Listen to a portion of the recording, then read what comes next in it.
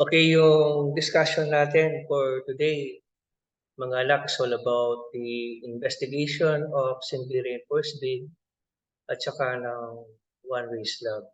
And to start our session, I prepare actually 3 CE board problem na pwede natin gawing basis para mas lalong matutunan yung design ng simply reinforced beam at saka one-way slab. At bilang paghahanda na rin sa board exam kahit na yan ay malayo-layo pa.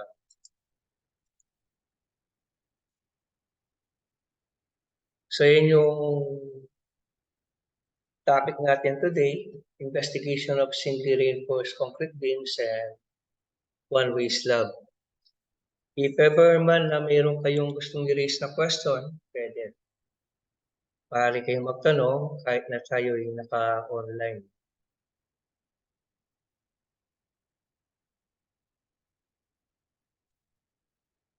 So these are first problem na isosolve ngayong araw na to in this morning.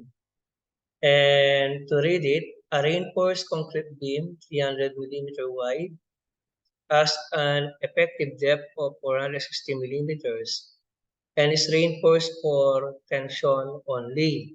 So ibig sabihin dahil tension lang yan, ang problem natin is really a singly reinforced beam. Example, assuming daw ang F prime of C natin is 21 megapascal, and the value of our Fy is 345 megapascal. So we need to determine the balanced steel area in square millimeters. So kailangan natin ma-solve yung balanced steel area in square millimeters in this given situation.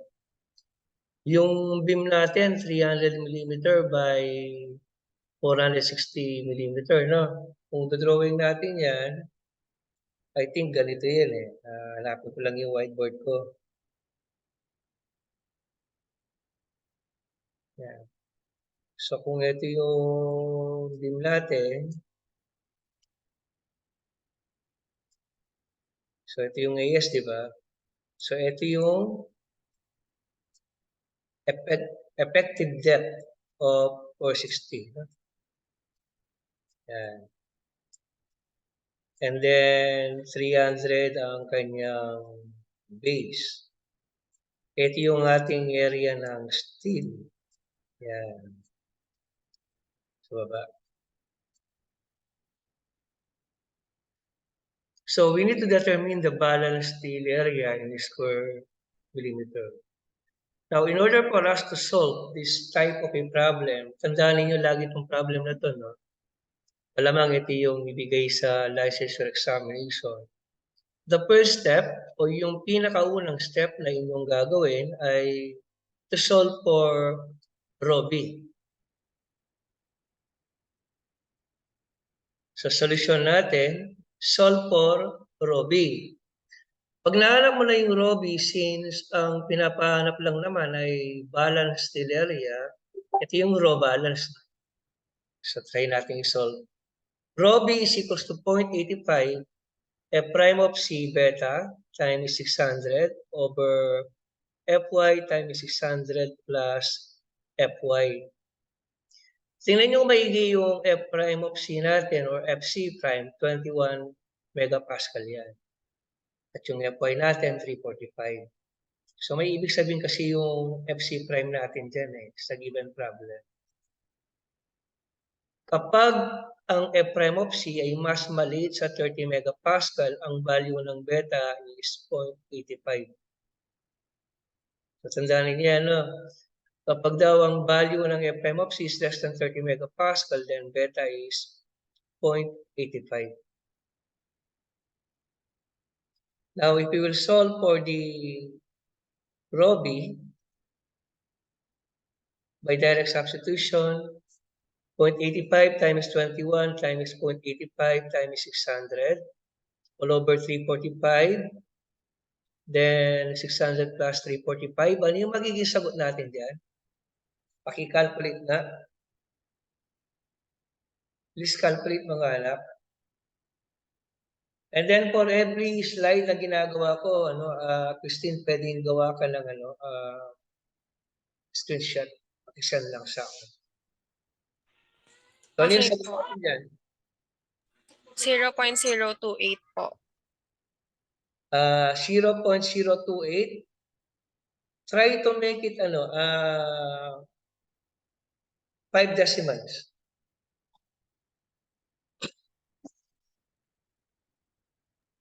0.02792.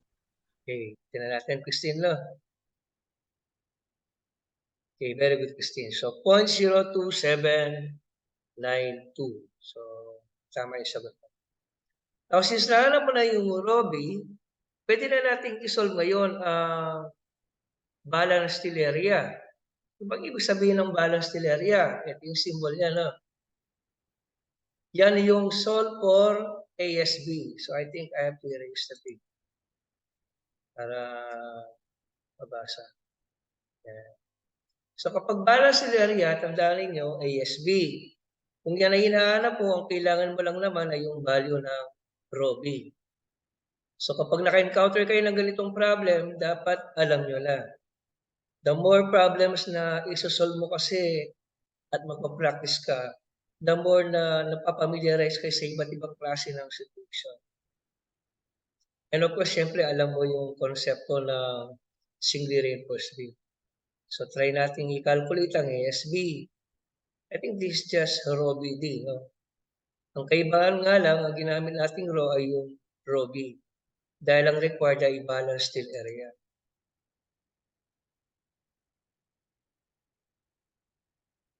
So, yun yung formula natin. Yung rho natin ay ang rho B. Bakit? Dahil ang kinakalculate ay yung balance still area in square millimeter. So, this is just a direct substitution. Anong sagot? Sa area ng balance still natin. Pakitulungan nga.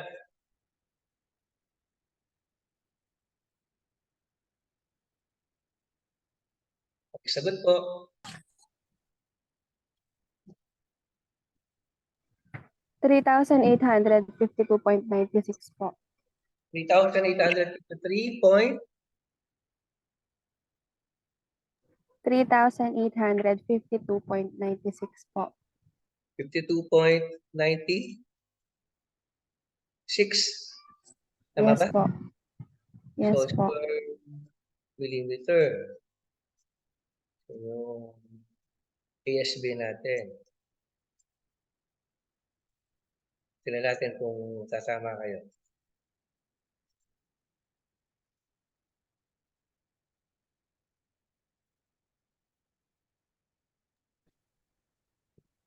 Balik ko lang. Okay, naka-round off lang, no? 3853 square millimeter ang tamang sagot. So, tama yung 3852.96 na sino nagsagot kanina? Sino nagsagot ng ano? Kristen po. Salamat na. Okay. So, the answer is 3852.96 square millimeter.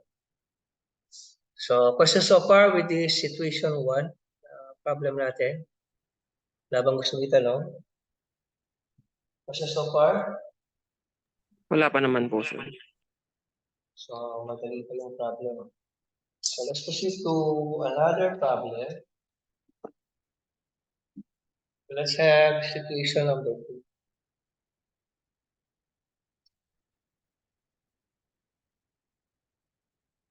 Ibasa mo nga. Sino pwedeng magbasa? Next problem natin. You can read the problem.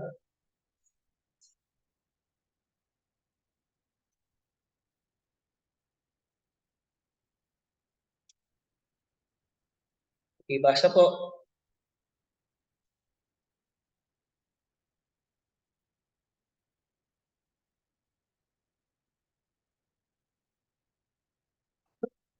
Anyone who can read the problem?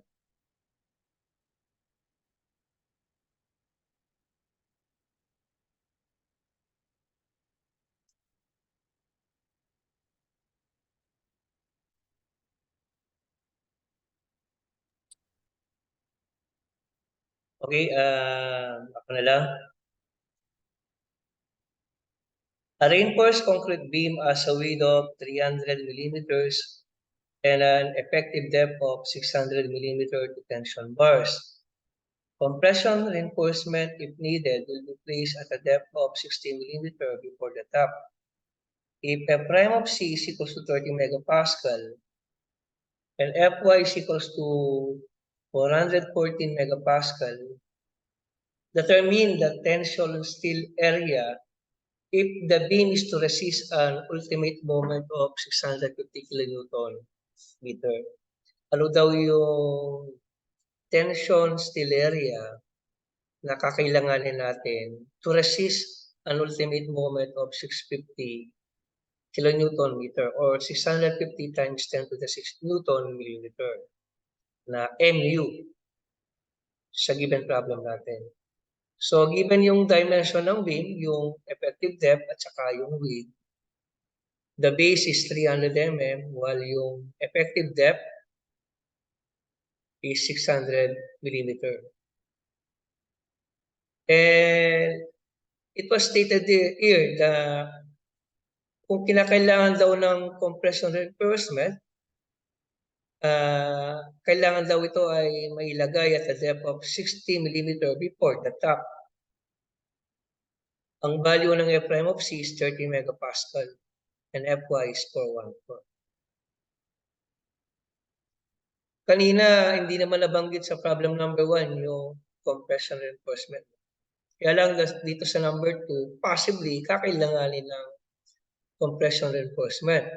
Yung situation 1 kanina, since hindi nabanggit, definitely yun ay singly reinforced at di kailangan ng compression reinforcement.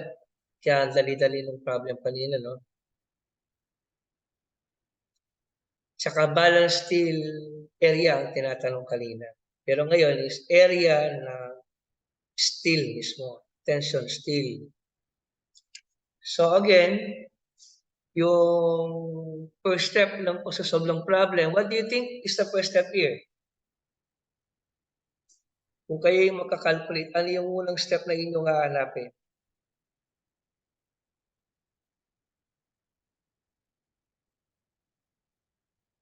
Guess lang, sino pwedeng mag-share? Ano yung unang pwedeng hanapin natin?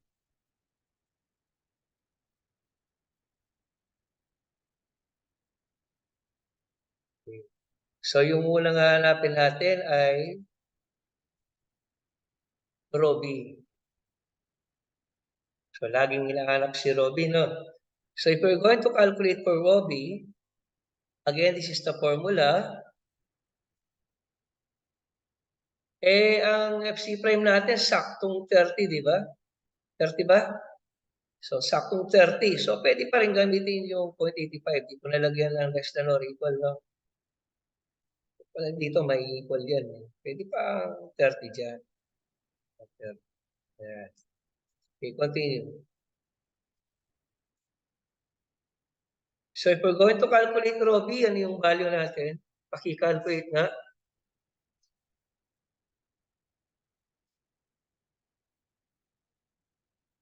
Anong value ng Robbie natin?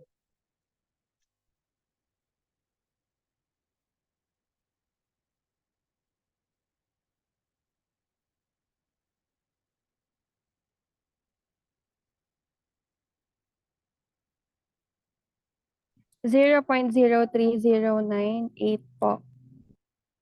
0.03. 0.03098.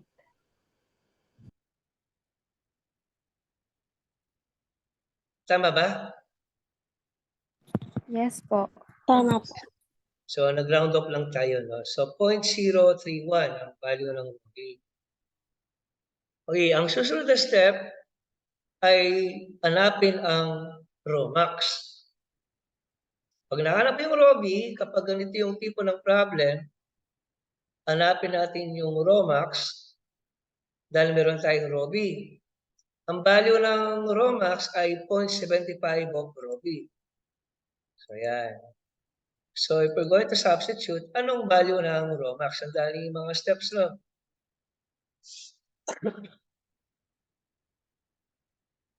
Ano yung Romax?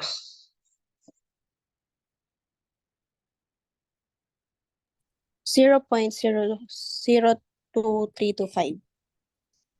Okay. 0.02323. Ginamit mo kasi anak yung yung direct lang. So, parehas din, okay lang. 0.0323. Yan ang value ng ating Romax. So, after mo na-solve ang Romax, solve mo ngayon ang W. Kailanganin kasi natin ng W mamaya doon sa computation natin with the moment, yung formula ng moment. Iba yan, 1 minus 0.59 of W. So, kailangan natin yan. So, ano yung value ng W? If we're going to apply this formula, rho Fy over F prime of C. Anong value ng W? Paki-calculate nga.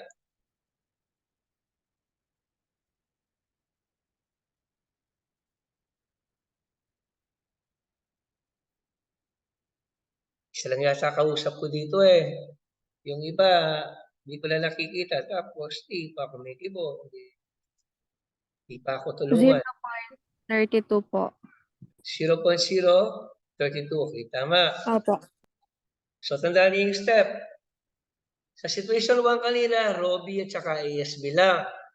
Pero dito, sa situation number 2, nagsolve tayo ng rho B, magsasolve tayo ng rho max, magsolve tayo ng W. At ang susunod ay solve for MU max.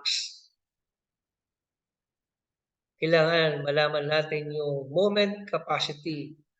Since meron namang ultimate moment na given, yung ultimate moment given na yan yung moment required. Now, in order for us to calculate for MU max, sa chat,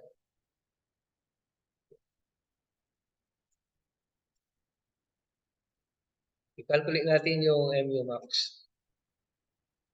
So, yun yung formula na ating gagamitin. Tama ba? P, F prime of C, W, B d square times 1 minus 0.59 of W. Ang P natin is 0.90. Given ang W, given din ang F prime of C. Given ang B, given ang D, so makakalculate natin yung MU max. Kailangan ang MU max natin ay mas mataas sa required moment. Para yan ay matawag nating singly reinforced. No? Kapag hindi, yan ay magiging doubly reinforced. Kapag yung requirement na yon ay hindi na-satisfy. So let us see. Direct substitution, pakikalculate nga ang MU max.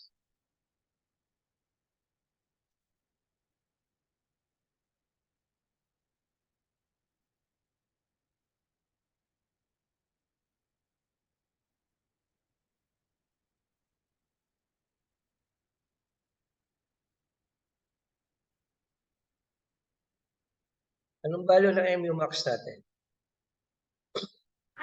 252.86 times 10 raised to 6 po. 200, 52.86. let's see. Ulitin mo nga, anak. Tama Tapos po yung yun. sir. 758. Tama po. Tama po Tama. yan, sir. Okay. Mali lang po ng 758 times 10 to the 6 Newton millimeter o 758 kilonewton meter. So, yun yung nakuha nating sagot. At yan ay mataas sa ultimate moment natin na 650 lang. Ito yung kapasidad pero ito lang yung required 650. So, ibig sabihin yan ay singly reinforced beam example. So, pwede natin i-design yung beam as a singly reinforced.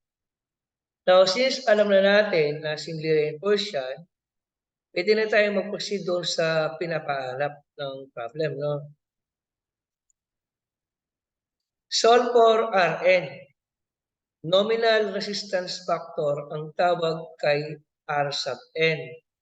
So, paano kinakalculate ang R sub n? Again, the formula, mu is equals to PRN dt square. Alam naman natin ang value ng P. Ang P ay 0.90. Ang B natin 300. Ang D ay 600 mm. So, meron tayong mu. Ang mu na gagamitin ko ay yung 650, yung required. Yung required lang. Hindi naman yung moment capacity. Yung required lang, no? So, 650, equate ko ng 0.90 Rn, 300 times 600 square. Ang makukuha nating Rn ay 6.687 megapascal. After mo na-calculate ang Rn, tiniyo nga ba ng step, no? Rho B, Rho max, W, mu max to determine if it is singly reinforced or doubly reinforced. Solve for Rn. Kung na-calculate mo na ang Rn, next page.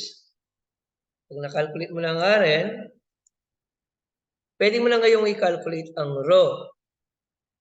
So, to solve for Rho, yan yung formula natin. Paki-calculate nga kung anong value ng Rho.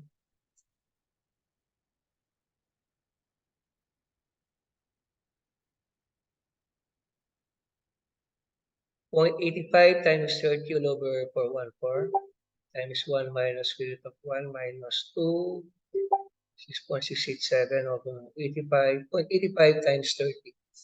Yung sagot dyan.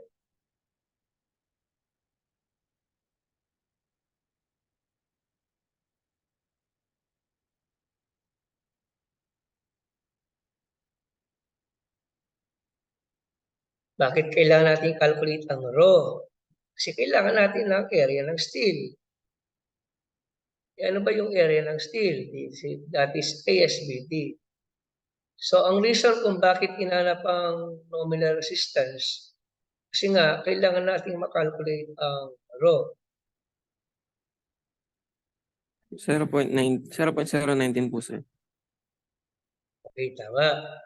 Since nahanap mo na yung Rho, pwede natin solve din ng Rho min. Siyempre, tingnan natin kung ano yung mas okay, no? Yung Rho actual ba o yung Rho min. So, Rho min is the same, 1.4 over Fy. 1.4 over 414. At ang sagot sa Rho min ay ano?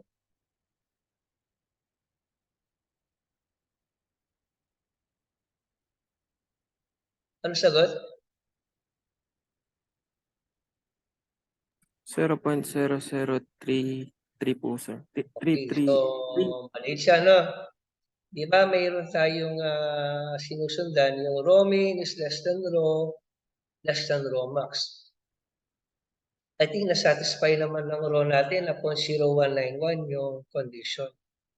Mas mataas siya tayong Rho max kanina, di ba? 0.02792 yun. So solve for AS, ang gagamitin ko ay yung Rho na 0.0191 dahil okay naman yung condition, satisfy naman ito. Yung Rho min less than Rho, ito yung actual, no? Then less than Rho max. Actually, less than or equal lahat yan eh. Ito rin, yan. Yung Rho max natin kanina, I think 0.02 something, no? Tama ba ako? Okay, so proceed tayo. And to solve for the area of the steel, that is 3,442 millimeters square. So yan yung ating problem number 2. Situation number 2. Kasi so far, with problem number 2. Question? Wala naman po, sir. Okay, so dito ang tingin ngayon, no? Meron akong ginawang problem. Actually, si Board May 2019 siya. A one-way slab having a total depth of 200 mm with a 25 mm, clear covering at the bottom.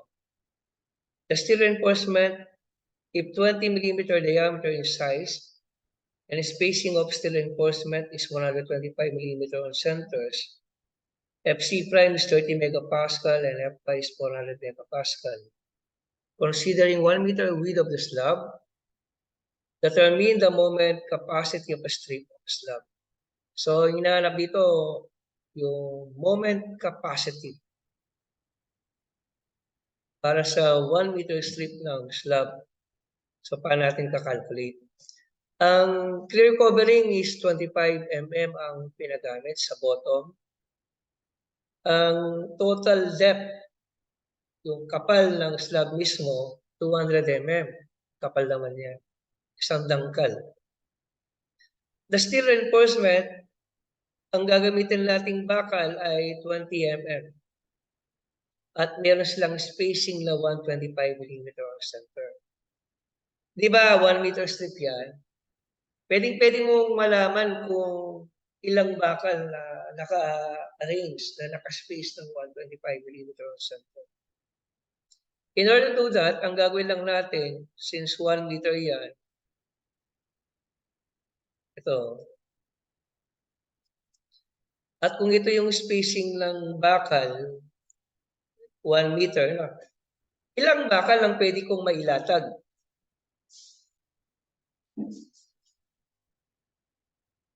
Ilang bakal ang maaaring mailatag ko? Ilang piraso?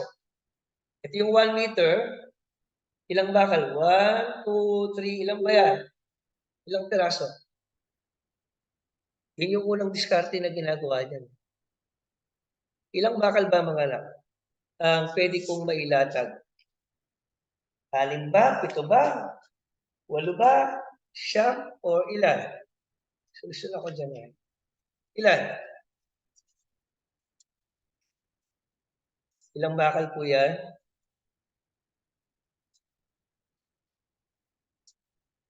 Hello? Di ba 1 metro yan? Sa 1 metro, ilang bakal ang pwedeng mailatag?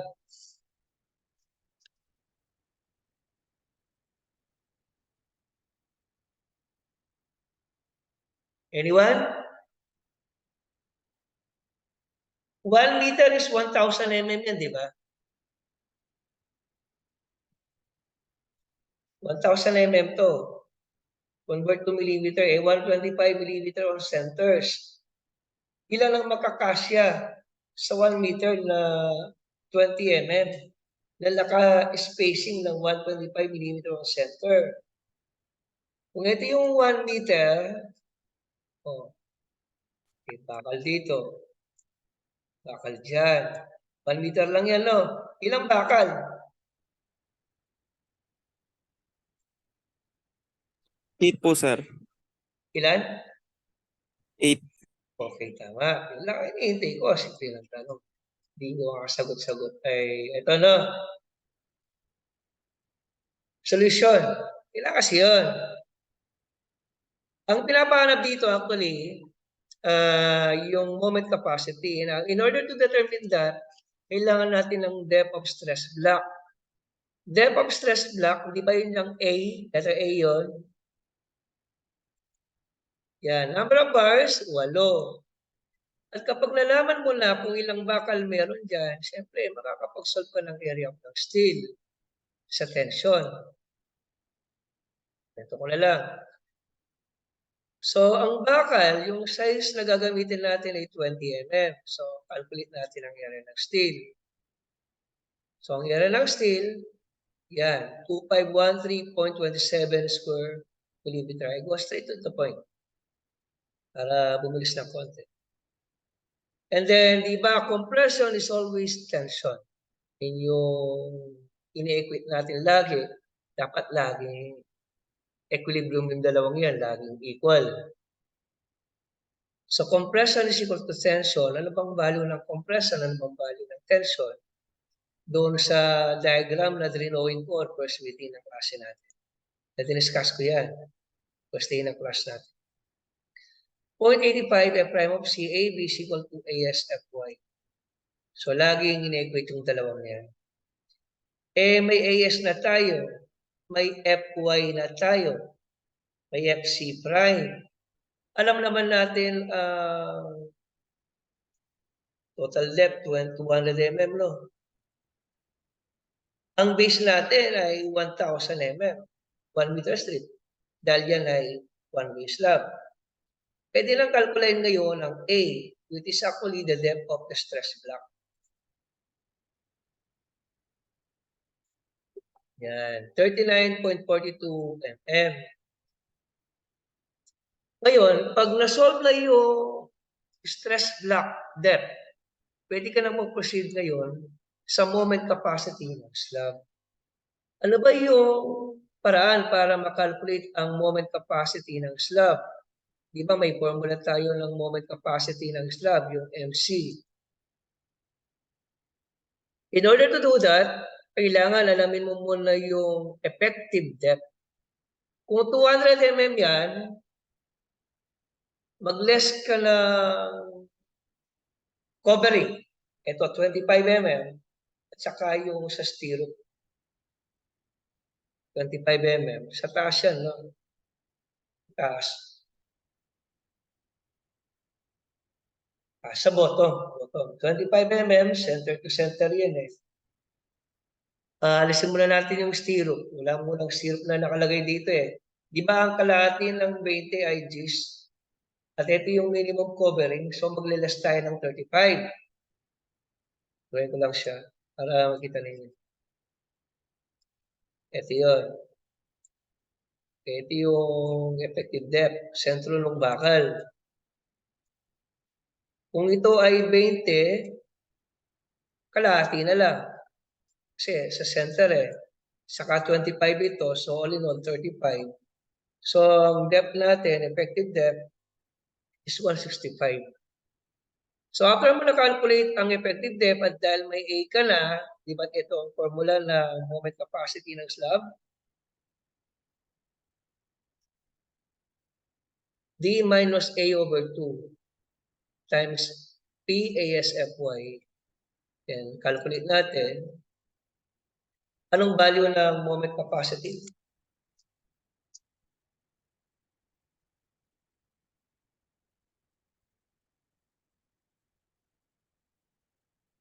Okay, sagot. 131.46 kilonewton meter. Christine, nagpipicture ka ba na? Yes po, sir. Okay, less than 1 minute na lang pala. Okay, mag-check ako ng attendance sa second Zoom natin. Pagka-close nito, meet ulit tayo. Kaya lang, checking of attendance tayo.